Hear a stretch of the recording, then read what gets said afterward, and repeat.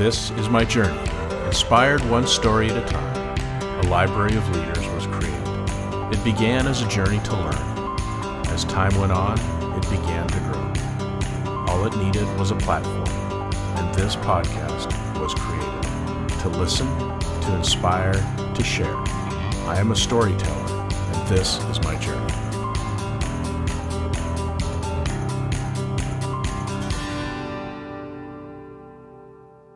Welcome to another episode of Profiles in Leadership. I'm your host, Steve Anderson, and today our guest is Joel Bauer.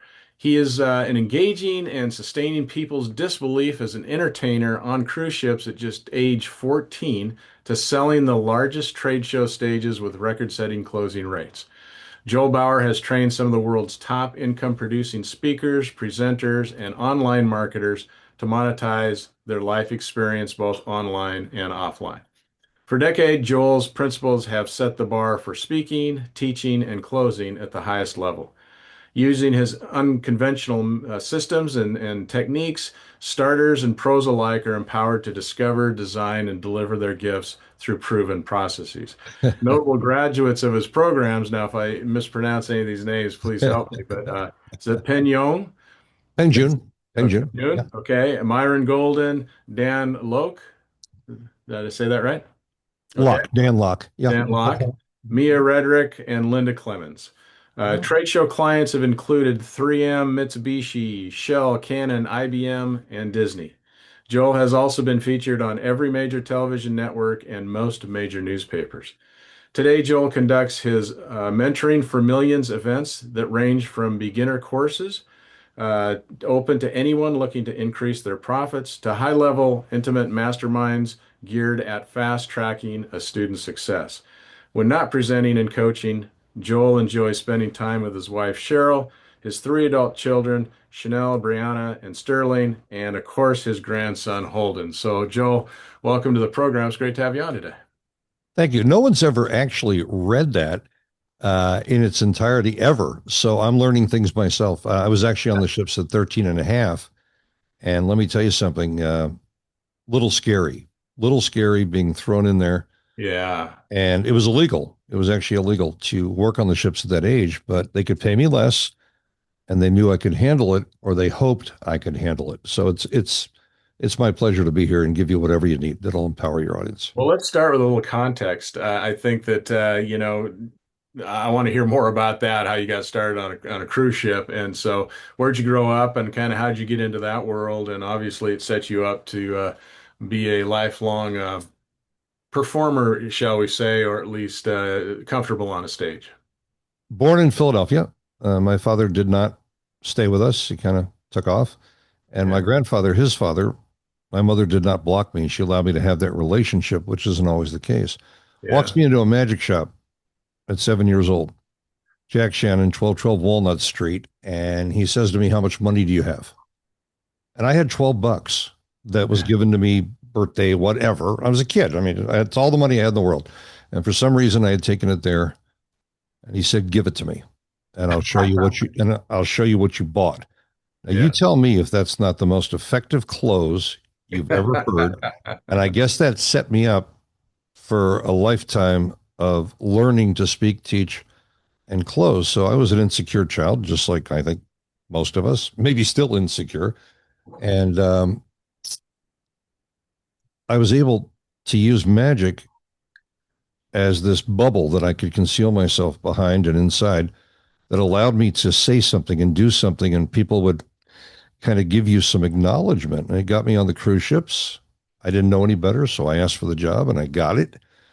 Brian Langston Carter. Next thing you know, I'm on the ships for on and off for 11 years. My mother didn't care about traditional education. So I've been trained by some of the top people managers and directors, cruise directors, and amazing people that I learned from later to become one of those, realizing I would never have a family. So I got off the ships. That was hard. And I said, what am I cut out to do? How do I take these skills? This is what Steve Jobs talked about at Apple. I was with Apple for 15 years doing their trade shows and product introductions. And Jobs would say, you can't connect anything until you look back. Looking back, everything makes sense. Moving forward doesn't always make sense. So the amazing thing is, I realized that my mother had only taken me one place, to the Broadcast Promotion Association trade shows. And I said, these companies need to build crowds. They need to convey their message and frame it properly, quickly, and they need to have a call to action to get people to sign up or do something or potentially invest in their products, services, and support. And I realized I could do that from the ships. So I had the skills, and I started cold calling at trade shows and built over 94 accounts. Next thing you know, we're making a couple $1 million a year with someone without a traditional education, but a very specialized education. And then the Twin Towers fell, and I called my wife and I said, time to reinvent. I'm going to teach what I do to CMOs and CTOs and CFOs and founders. And now we've never stopped. We've been conducting events now for 45 years, and I have a track record of about a 33% success rate, which is unheard of students who become graduates, who become mentors in their own right, able to monetize online, offline. You asked for it. That's the summation. I've got some really unique skills that I can transfer right here, auditorily, things that people can do that will make a difference and will monetize them because they need to make money doing something they actually love without compromising their dignity, their integrity, or their life. So let's back up a little bit on that cruise ship. So I'm curious, your mom just let you go on the cruise ship by yourself, or did she go with you? No, my mother said, if you know what you want to do in life, go do it, because her parents blocked her. She wanted to be an artist, and they would not allow her to pursue what she loved. So she went away with her boyfriend, got pregnant intentionally because it would get her out of the house, and they got married because she's pregnant now, right? I mean, this is the truth. She died in my arms during the pandemic, and so did my father, who came into my life at 43. I didn't know him. He had just abandoned us at about 3 months. So she believed, don't block me. She was blocked. And she let me follow my guts. So I went down 820 Biscayne Boulevard, and I heard that Brian Langston Carter was the head of operations for Carnival Cruise Lines, known as the Kmart of the Caribbean. They were a nothing beginning company. It was the infancy of the industry. I'm 65. So, you know, this is, I'm 13 years old, 13 and a half. And I walk in there with my little cart. I'm sweating. It's Miami Beach, where my mom was working. She didn't even know I was going down there. And I didn't call. I didn't know what to do. I walked down there with my Joel the Great piece of nylon over this little kitchen table with my doves and my box and the tails that I borrowed from the neighbor. And the secretary didn't know what to do with me. So she just calls him and goes, Brian, there's, I think, a magician here. And she says, well, send him down. And I walk in. I didn't even say hello to him. And I plug in the 8-track stereo player that she had. 8-track, okay? Yeah. Magic from Pippin, Magic to Do Just for You. And I start dancing around and producing doves and ping pong balls out of my mouth and streamers. And he says, stop. Just sit down. I get it. You're a magician. And he says to me, which I think you'll find fascinating, and I've never discussed this on a podcast. He says, how many shows do you have and how long are they and what do you specialize in? And I said, well, what do you need? Good question. Good question. He said, I need 3 shows. I need an 11-minute intro. I need a midnight special that's kind of adult oriented. And I need a main show of 17 minutes for the main stage. Those are the 3 acts that someone had. I said, I specialize in exactly those timings, in exactly though. He says, sit down. Just sit down. He says, you know, I'm not going to pay you much. I know I don't want to know your age. I don't want to know. You're tall, whatever. You'll work for less. And if you're any good, we'll keep you. If you're not good, we'll send you off in San Juan or Nassau or St. Thomas and we'll fly you back. You're going to have to earn it. I'm going to give you a shot. I said, really? He says, yeah.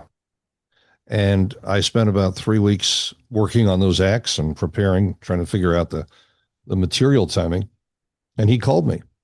And they put me on the TSS Mardi Gras, which was approximately at that time, 1,200 passengers and about 470 crew.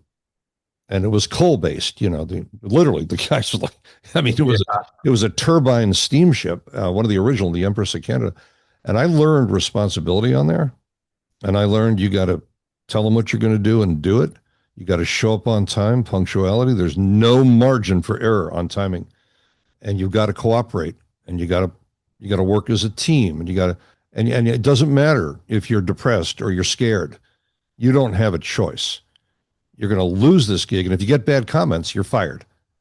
So I learned that the opinions of others would dictate my freedom because I didn't want to go back to school, and my mother didn't care about school. She thought school was just a buffer, something to kind of fill your time until you figure out what you want to do. Because she said there was so little that she learned in school that she actually used in her life. And she didn't want to block me. She said, it's your life, it's not mine. I got this horrible report card once, D's and F's and horrible grades. And she looks at it and she goes, what do you think of your report card? And I said, well, it's not very good, Mom.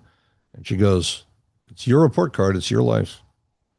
I Wow. said, you decide your trajectory. I said, what's that mean, Mom? She says, well, what you become is kind of up to you and how you handle it.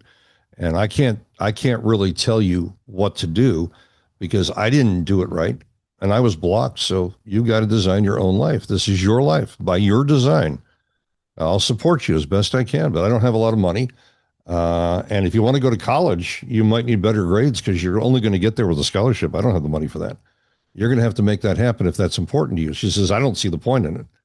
If you know what you want to do, go do it. Fascinating story. I mean, where does that confidence come from at, age 13 and a half to walk in and do that and do it as you did and know what to say and how to say it? I mean, is it just because your mom let you figure it out on your own, or do you think it was her influence, or where does that come from? It's a great question. And I realize we're on a podcast, but I am holding up a book here I wrote at her funeral prior to the funeral. And at the top of the book here, and I've never shown this on a situation like this, it says to my mother, Carol, who never told me it couldn't be done. Now, I want you to imagine a parent that only applauds you, never tells you you're bad, never tells you you can't do something, no matter how. I was pretty bad as a magician. I didn't know how bad. When I was 43 years old, I asked my mom, and she was still alive. I said, was I a good magician when you were driving me to the gigs and waiting in the car for me and whatnot? And she said, well, that's why I was waiting in the car. She says, you were terrible. You were embarrassing. You were so bad. You were cringe. She said, I couldn't watch you. I figured they were going to fire you at any time. And they kept booking you because you couldn't upstage them. You were like so bad that they just used you as a fill. I said, Mom, this is getting pretty hardcore here. Yeah, He exactly. says, two things. You were either going to get better or you were going to be fired. You got better. So Yeah. I don't have any talent. I have something called technique. And technique is transferable, and technique is duplicatable, and technique is sustainable. So I have spent my life not with talent, but if you want something bad enough and you hang in there, like the speakers who come to me from all over the world, they want to speak, they want to teach, they want to close, they want to be able to monetize their life experience online and offline. I don't look for talent in them. We determine whether or not they have the drive. If they have the heart, if they have an open heart and an open mind, they will succeed because all of the techniques are transferable. Talent is not a transferable. You don't want to have talent because then you can't transfer it to anyone. So anyone out there that's wondering whether or not they can package and position their knowledge, their specialized knowledge, and really empower others, it's all technique driven. If you're showing someone something they can't do, they're not only not going to buy from you, not going to invest in your product, your service, your support, they're going to walk away in frustration. Real important. You don't So want talent, technique. Yeah. I've heard you been referred by some as the mentor's mentor. So if I understand your business model, if I'm a keynote speaker or if I'm trying to become a better presenter on stage, if I'm trying to become a better salesperson, whatever, I come to you, and as you said, you invest in me with techniques, and in the bio it said often unconventional techniques. Do I have that right? Is that kind of what you do? Yeah, I teach people something called transformation mechanisms. For example, 99% of our business is now online because of the pandemic. And it forced me with a couple $1 million and people that had already paid for an upcoming program. We had people flying in for a master class, and I was going to refund all their money. And my wife said, Why are we refunding their money? Why don't you just make a shift?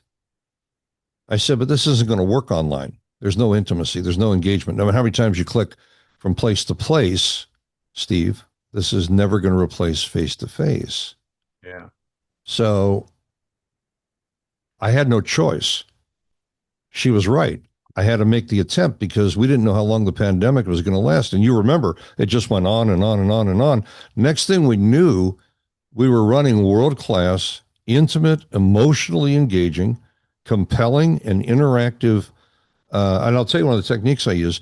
I had everyone that attended the trainings that were going to come to me live, as we had done forever. I mean, decade after decade after decade of live events, of training people and making sure they could succeed and being able to touch them and, embrace them right there in person.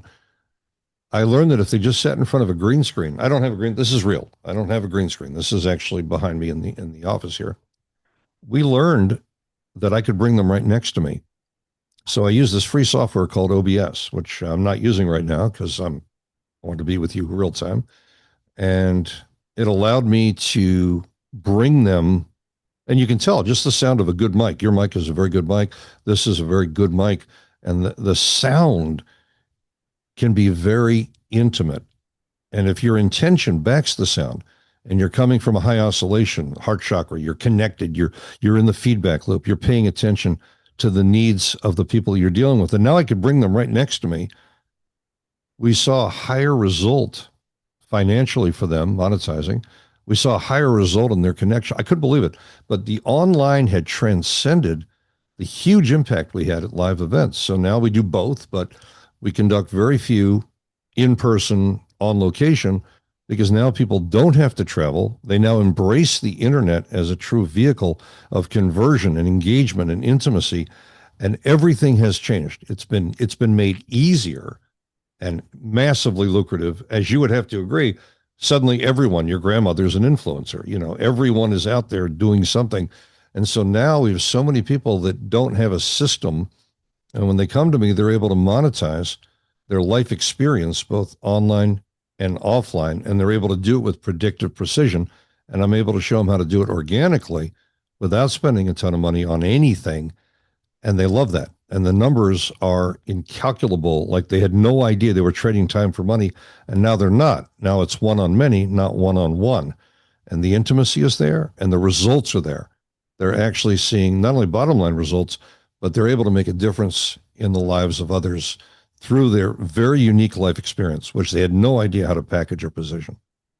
So going on your website, to be direct, I mean, it's not inexpensive. I mean, you charge significant fees for what you do, and Yeah. so I'm interested on or curious, who's your typical client? Who comes to you and says, Joel, I want in on this. I want to learn from you.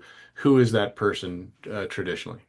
Well, normally, I mean, whether it's a Mark Victor Hansen or a Robert Allen or a Peng Joon, I mean, we obviously, the reason that Mark Victor Hansen calls me the mentor's mentor is because Dan Locke, Myron Golden, and some of the people you mentioned, Linda Clemons, these are people already generating millions of dollars a year, and they're coming to me to impact their bottom line. They want to scale. They want to go from 2 to 17 or 26. And they're not quite sure what adjustment to make because in most cases, they were just modeling or copying what someone else did. And it's kind of cookie cutter. And my closes are unique and my transformation mechanisms and the techniques and tools that I teach them how to do. It's very custom specific. So I really care. It's not like a model that everyone needs to embrace. And that's why they turned to me. But I found out that I could take the 4 to 14 to 41-year learning curve and eliminate it for newbies because they have nothing to unlearn. They're open mind, they're open heart, they're blank slate, they're kind of tabula rasa when they come to you.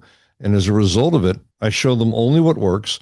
I can diminish or obliterate their fear because I occupy them in a way, and it's so intimate and natural that they don't realize that they're speaking. They don't realize that they're teaching. They don't realize that they're closing. What they're doing is I take their life, their actual experience, and plug it into a series of moves. And it's so natural for them. There's nothing to memorize. And they're generating these results. And they're like, I thought it was going to be more complicated. And I said, it is complicated. It was complicated trying to figure it out, how to deconstruct it and simplify it. So you don't have to go through the frustration or the anxiety and the stress. And the results are pretty crazy. It's why you find yourself in demand and therefore in command of who you train. So at this point, we turn away about 35% of the people who apply to work with us because if we don't think they're going to make the moves, I guarantee everything I do for a full year, and then I pay them if they fail in full refund.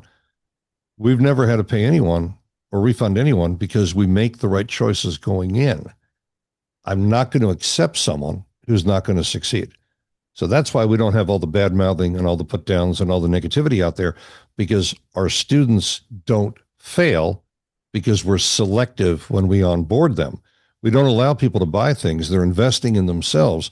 And so it's an application process. We're like Vassar and Yale and Princeton and Harvard. You have to apply to get in. And that's exactly what's happening. Application method, not sales. They're applying, and I show people how to build that desire and how to achieve that result. Same exact result. So how did you figure it out? Just personal experience and trial and error and just doing it yourself, or did you go into in-depth research? You said you figured out this system. So how did you figure it out? Well, I was on the trade show floors for all those years. I mean, when you're doing something for 10, 15, 16, and you kind of learn what the pitch has to be comprised of. And the big secret was home, time, family, money. That was the foundation. They care about their home. They care about protection and security. Home, time. They care about more time and time where it counts. They're losing control of their time, the one thing they can't replace. Family, it's all they care about. When you're on your deathbed, that's about all that counts. You wish you had another 5 minutes to say, I love you, to say goodbye, to hold someone's hand, to make a difference. Home, time, family, money. Money was the freedom. Your health care, your travel, you're taking nothing with you. So when I understood the messaging and I understood what had to be communicated within any pitch, within any structure, that was kind of the key to all of it. And then I realized I don't want to be a salesman. I don't like asking for money. I don't like closing. I don't like marketing. I don't like any of those things, but you have to have those things. How do I do it in a way that I'm comfortable with? And I found out other people had the same frustration. They had the same frustration. So I found a way to use only application method.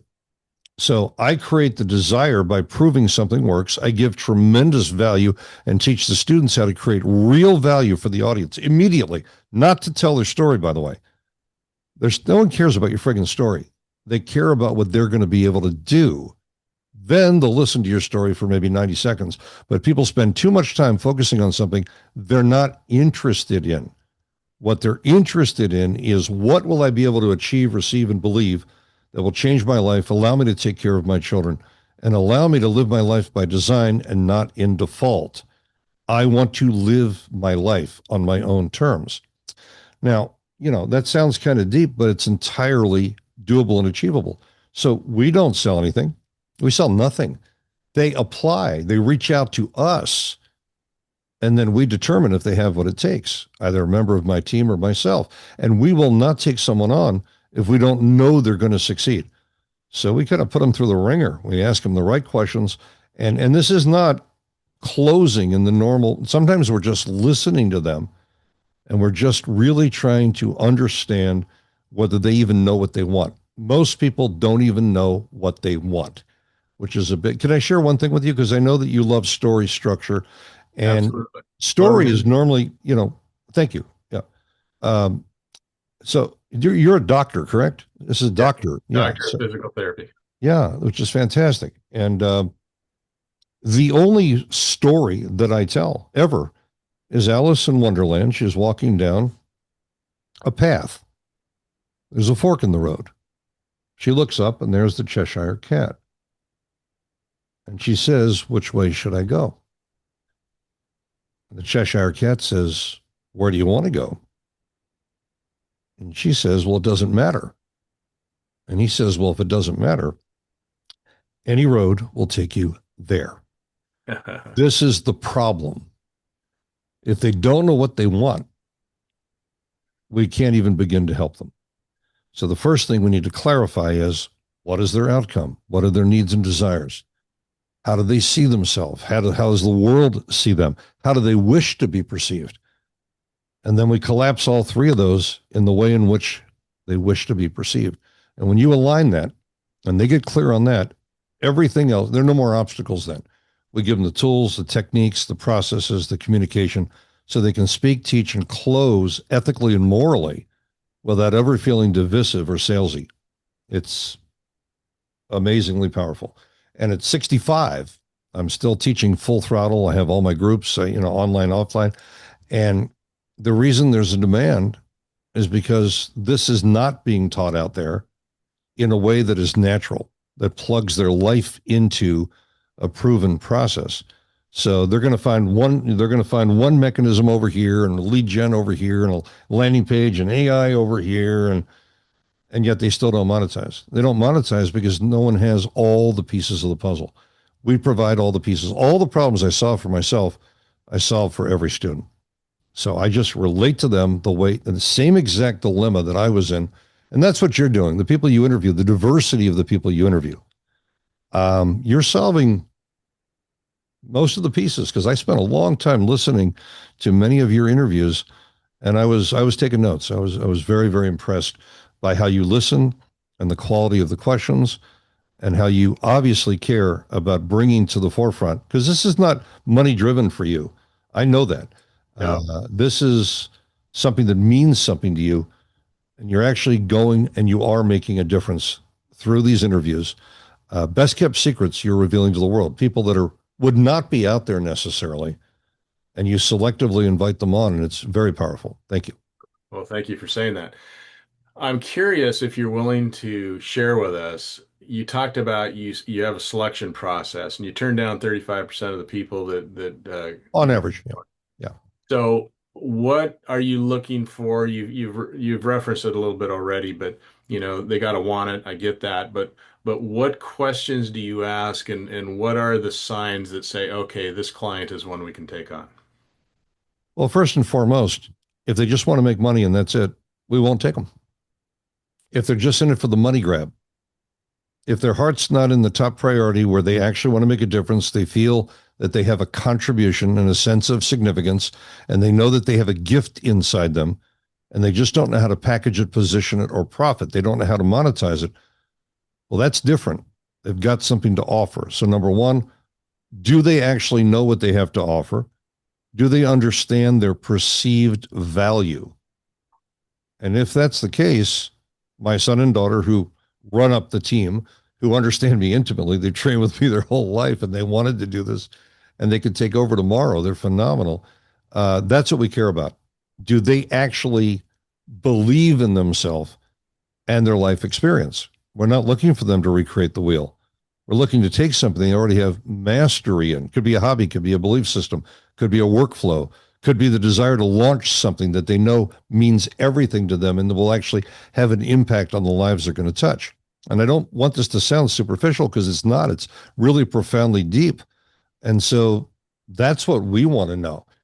That's the first. The second thing is, are they willing to do the work?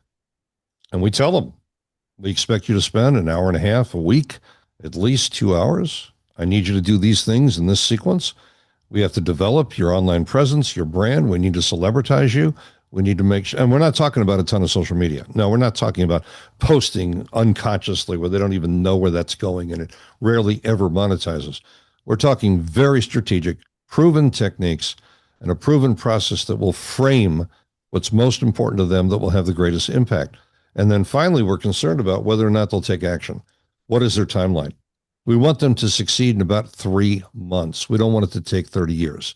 And at the end of a year, because we're there supporting them bi-monthly, I'm answering all of their questions, and I'm building solutions for them. I give them all the tools, all the templates. Are they going to actually do the work when they're handed the Holy Grail? Because I don't mean to offend anyone here, meaning it almost has biblical impact, because it impacts them at a belief system level. It impacts, their heart chakra. It impacts how they function. They get up in the morning, and I want them excited about their life, a life by design, not a life in default. Those are some of the core things that we're concerned about. And then they fill in application, they answer the questions, and then still I go with the gut of Briana or Sterling. We're family. We're family here. They understand me intimately, as I said. And if they feel that, yeah, Dad, this is a consideration, then we discuss it. Then sometimes I'll jump on a call. And if we embrace them, they will succeed because we have vetted them correctly for their own benefit. But we will not take their friggin' money or invest our time because we're risking everything. We're giving them a full year protection. Who does that? I'll pay them if they fail. I'll pay them if they fail. I give them $1,000 and full refund if they failed, as long as they made all the moves. When they make the moves, they never fail. That's the whole point. So you don't put something out there that doesn't work, and you don't put something out there that you're not going to support. So, Dr. Steve, so here's the bottom line. So, Dr. Anderson, here is the bottom line.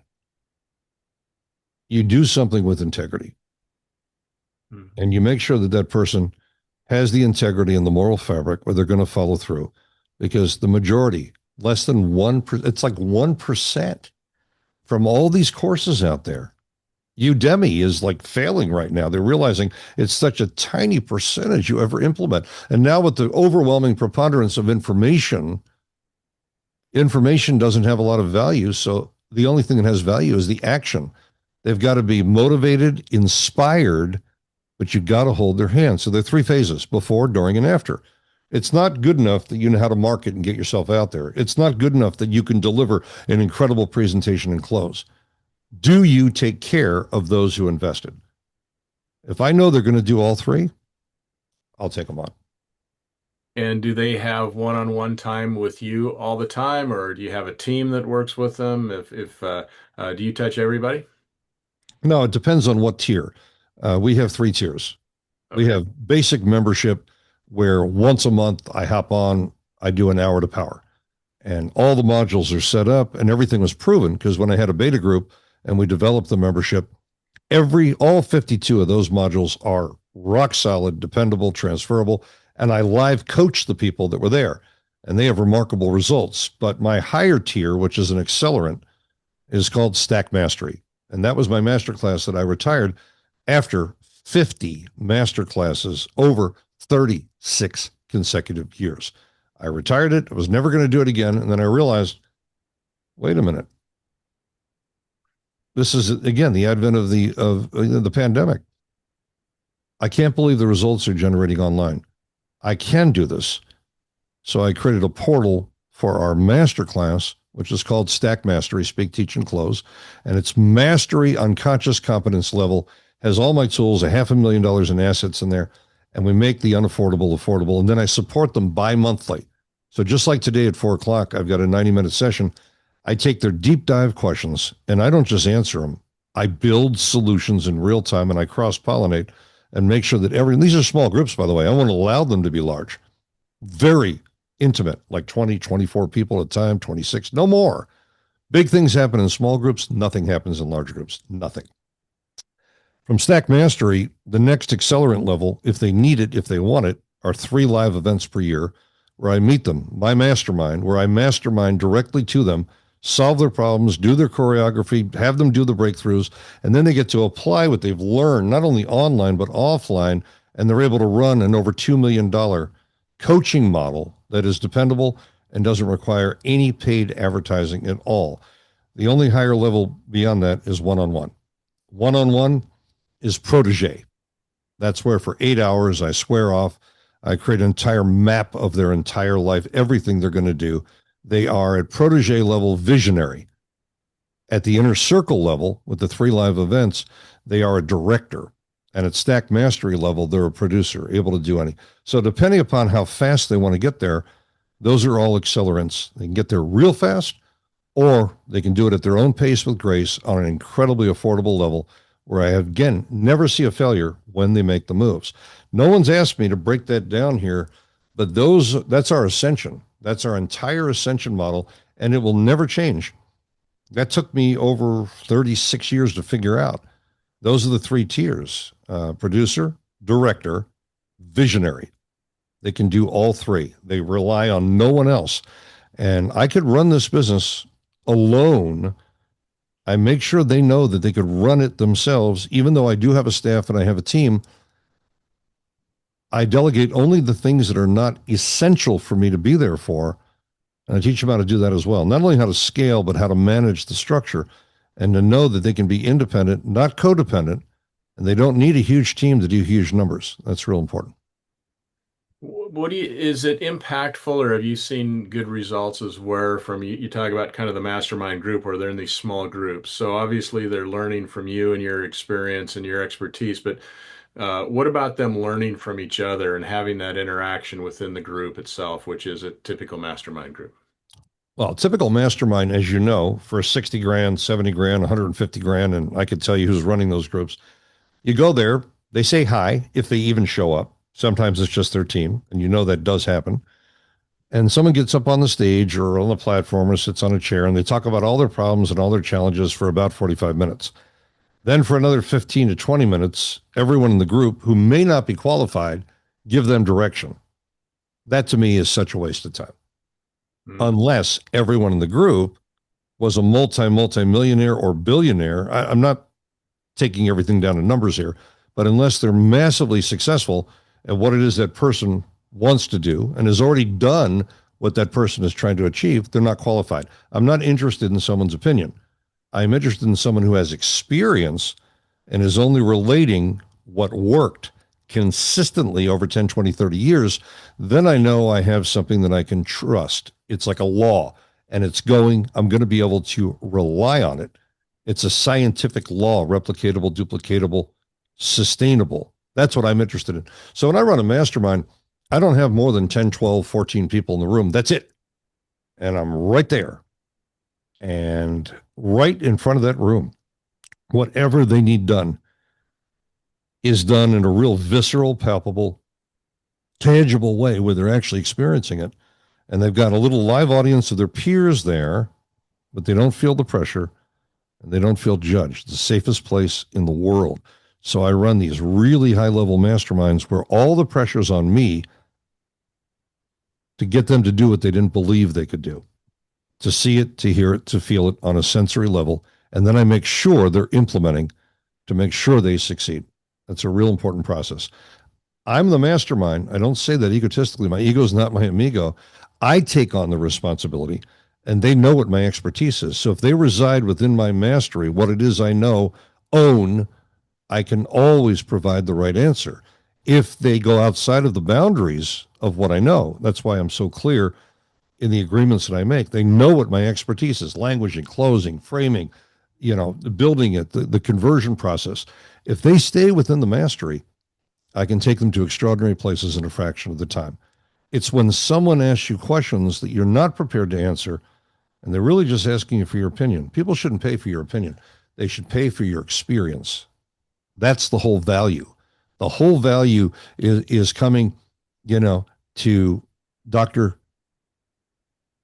to you for the panacea, the cure-all for them, because you've already solved the problem for yourself and you know exactly what to do and you can hold their hand through the process. Do you think most of the people that come to you and hire you are already successful people and just wanting to get to the next level? Or do you feel like you have people that are really kind of floundering and not doing well and come to you to figure it out and then rise? Myron Golden, who's ostensibly one of the finest communicators and closers on the planet, came to me at a Peng Joon event that we were running together, one of my students that I spoke on his platform. And he came up to me and he ran to the back of the room and he wanted to buy whatever I had. And we hadn't even made anything available. I hadn't even said anything. And I walked up to him and I didn't know who it was. I didn't know who Myron was. And I said, why are you investing in something where I haven't even explained what it is? And maybe I wasn't even. He said, I've never heard anyone with these language patterns. I've never seen anyone who manages a room the way you manage the room. I've never heard this level of the psychology, the neurology of why people invest and why they move and why they get off the. He said, no, you're the maestro. This is something I need to learn from. I'm going to study with you. And so that's what I get. I get mentors, 70% are already consummate pros, and I get 30%. Now, Myron sent me like 17 of his clients. He didn't even want anything in return. He just kept sending us people. He said, I don't want to deal with the newbies. He Mhm. just wants it. Okay, I believe personally I can take someone blank slate and have them become extraordinary just by getting them out of their way. That they are the problem. They're standing in their way. And if you give them exactly what to do, and it's based upon their needs and their concerns and their desires and their belief system and their limitations, and you, as a physical therapist, one of your many skills, you know that a lot of their limitations are here, and you've got to translate it. You're working with someone who's in extreme pain in many cases. When you were doing that hardcore, Yeah. you had to work on this first. They had to have the desire. So if that person has the raw desire, it won't be painful. I know how to transition them. And we keep the groups very small. As I said, big things happen in small groups. Nothing happens except motivation and inspiration that never sustains. Motivational speakers. Years ago, when I was on that ship, I was 14 and a half years old. And I remember Zig Ziglar put his arm around me. He was representing IBM on the ship. You know, it was like a corporate getaway cruise kind of thing. And I was 14 and a half. Zig was a pretty young man, consummate pro. He said, Joel, do not become a motivational speaker. He says, I have to remotivate them. He says, it's like going to church. They got to go back every single friggin' week. Why? Why? Because it doesn't work, Joel. You need another dose. You need another dose. He says, don't do that. Give them, teach them what they can do to change their life or change the outcome, even without the motivation, even without the inspiration. Show them the moves, hold their hand, have them have an experience. And here's what he taught me. He said, you see this book, See at the Top, one of his best-selling books. He says, I couldn't get a publisher. So I sold it myself. And I sold over 200,000 copies and I made over $9 a copy. This is a lot of money way back when. Okay. Remember, I'm 65. So way back when, at 14 and a half, a Rolex Daytona at that time, Vacheron Constantin, an Audemars Piguet, a Patek Philippe, a watch that now would be $200,000. Do you know how much a Daytona, a Paul Newman Daytona then, that's now worth 600 grand at auction, was $339? To put things in perspective. Yeah. A presidential Rolex. I'm not even into Rolex. I'm just talking about, if you want to talk about something that people can somehow relate to, was 1,500 bucks. So things were different. You could buy a house for $7,000 Yeah. in Miami. I mean, if you want to, so Yeah. it's just, it was different times and not inflationary times on this level. So he said to me, I finally got a publisher after I sold 200,000 copies. And I thought it was great. We signed the contract. I now make 38 cents per book. He says, Joel, maintain control over your brand and your intellectual property. Don't sell it. You will build. He says, this is the biggest lesson I ever learned. I would have done it differently, Joel.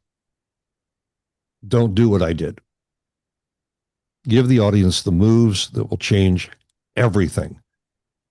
And if you want to add in a little bit of inspiration and motivation, fine. But don't sell that. Allow them to invest in the moves that will manifest the change they're after. Relate to them, understand them. And the only way you're going to believe in them is if you understand their story. You have to listen. You have to listen.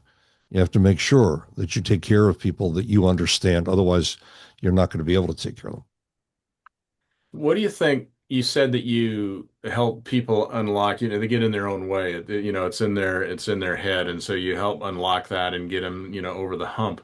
What is it that keeps people from, getting there where they need your help? What is that block usually? I want people to know that you're not asking me questions we provided. Would you please verify? You're throwing stuff at me we did not discuss. I've never met you before this moment. I researched you and I listened to some wonderful, interactive, and very intimate communications where you really celebrated others in a way that I rarely experience. Would you let them know that this is not a setup? I don't know what questions you're throwing at me. 100%. I've never, in over 300 interviews, ever provided any questions to any guest. So, Okay, yes. so ask the question again, and I'll give them the tour de force answer. And I know the question, but I want to frame it. I Well, needed them to know. Yeah. what you said is that often we get in our own way. Yep. There's something that needs to be unlocked. We need to get over through a bridge or over the wall or whatever to get to the next level of success. And I'm just wondering, in your experience, is there a common thing that you see that gets in people's way that you need to help them discover to get over? You, as a master storyteller and a man who cares about building a following and understands culture, and you, as a man who understands body brain connection, that it's one, that it's united. Our thoughts impact our physiology, and our physiology impacts our thoughts. Am I correct? We're in agreement there. Yes. So, Kyle Mallion came to me, a gentleman who's done over 30 million in the last 2.5 years, which I think by most, that's pretty amazing. He had no voice, couldn't talk to his wife, couldn't talk to his children, couldn't talk to himself, shut down. And he says this publicly: alcohol, drugs, big problems, rock bottom. Comes to my master class before I retired it. And on day 4, he hadn't said a word, hadn't moved. I'm addressing your question right now. He walks up to me after lunch. I said to my daughter, Briana, I said, I want to refund his money, wire it back. We made a mistake here. I can't help this man. He hasn't said a word. He's shut down. There's a problem. And I'm not going to take his money. So she says, Dad, take a breath. Take a breath. Let's wait till the end of the day. Walks up to me after lunch. She didn't say a word to him. Takes him. He says, may I have the mic? Can I talk to the audience? Just this group here, this group I've been with for 4 days. I said, sure. And we saw him just open up. It was remarkable, emotionally and engaging. And he says to me, and I'm standing there, right? I'm on a headset. He's on a handheld mic and in front of an audience of about 50 people. He says, how did you do this? How did you get me beyond my fear? How did you get me to speak? How did you weren't even talking to me. You were addressing all of us. You looked over on occasion, but how did you do it? I said, does it matter? He says, no. I'm in an entirely different place. It's like I feel like it's a catharsis. I've broken through. So I said, was there anything that happened in this room that you couldn't relate to? Any question that I asked that didn't relate to family or personal experience? He said, no.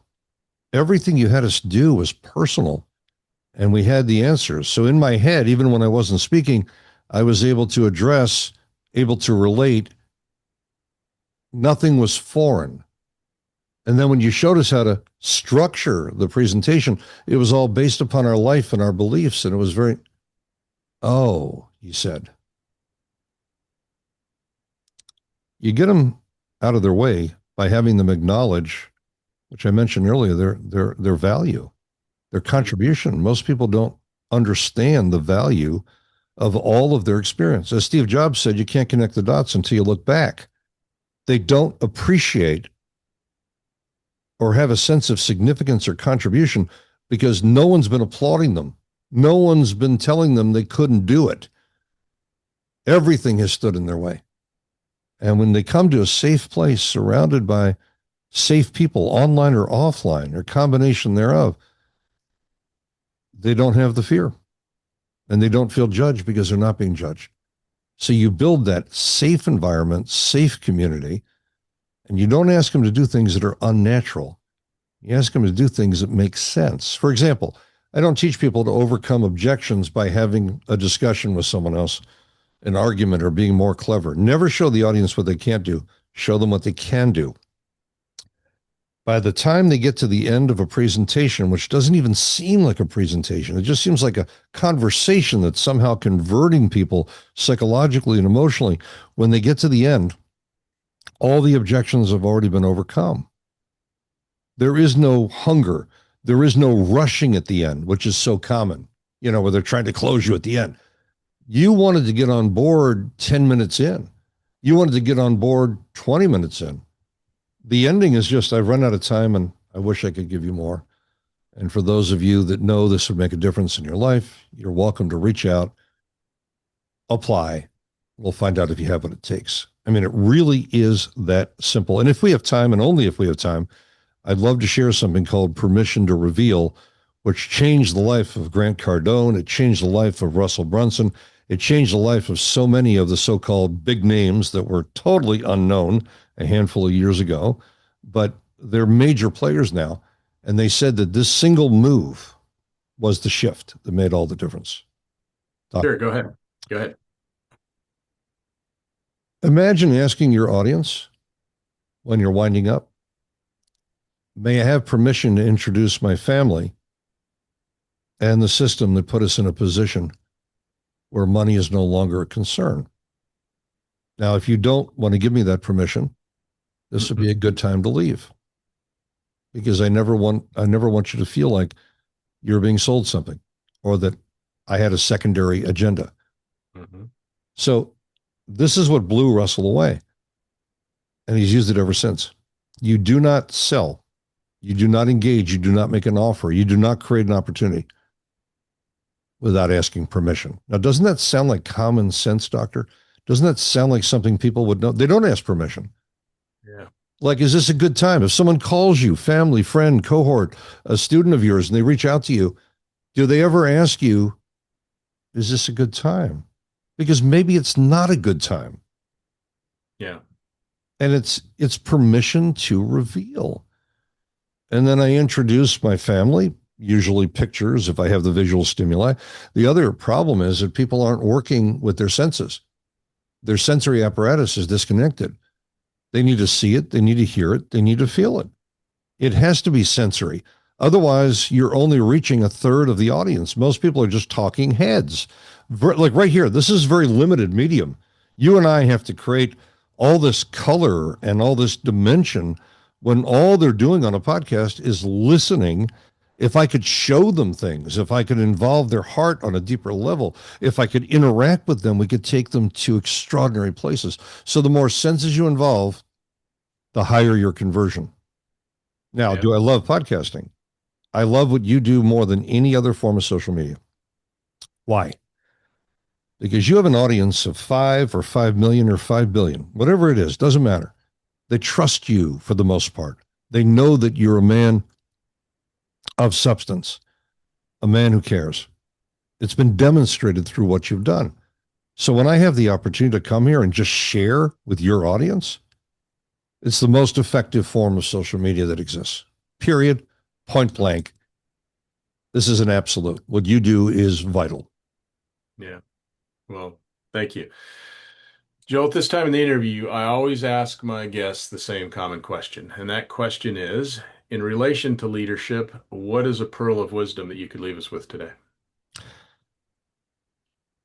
I'd love them to write this down because it won't seem like much. But when they write it down and they review it and they apply it, it will change your life.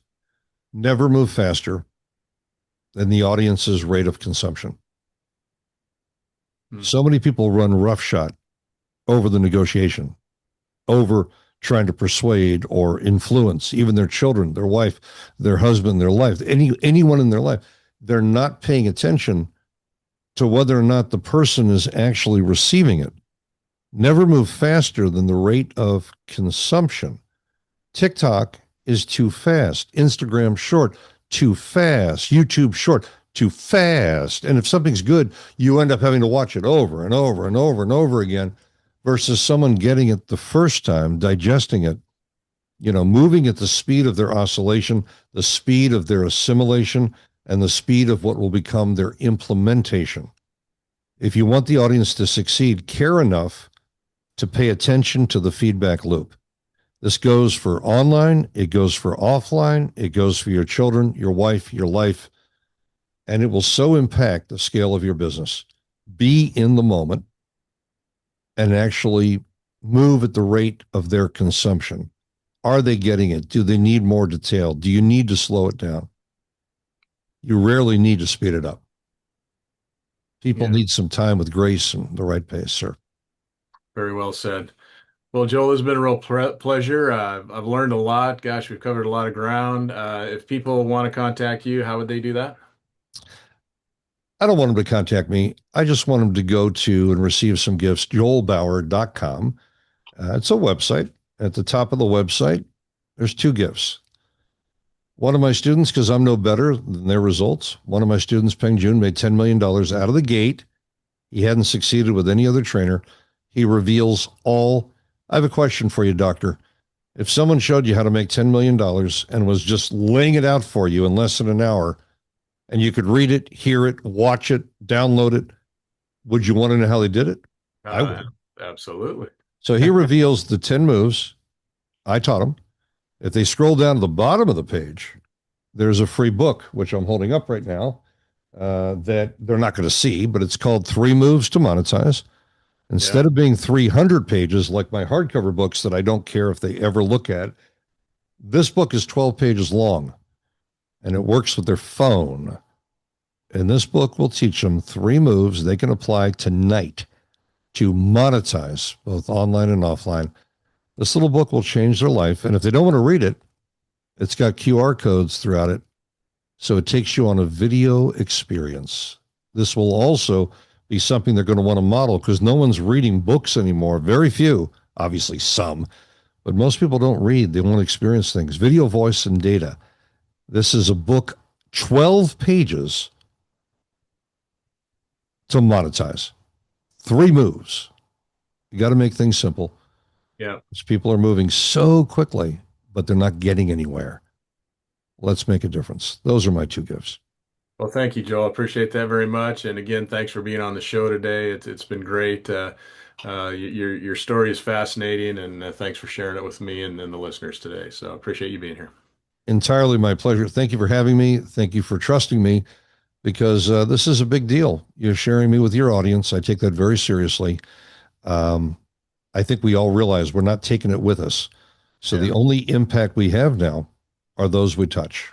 Are they going to carry it forward? And I know my children will, and I hope that they realize that there's nothing I've said today that doesn't work. It's not theory. It works. There's no theory. I omit theory. Thank you for having me, doctor. Very Thank appreciative. you. And have a good rest of your day. And maybe we'll run into each other down the road one of these days. Thank you for listening to another episode of Profiles in Leadership.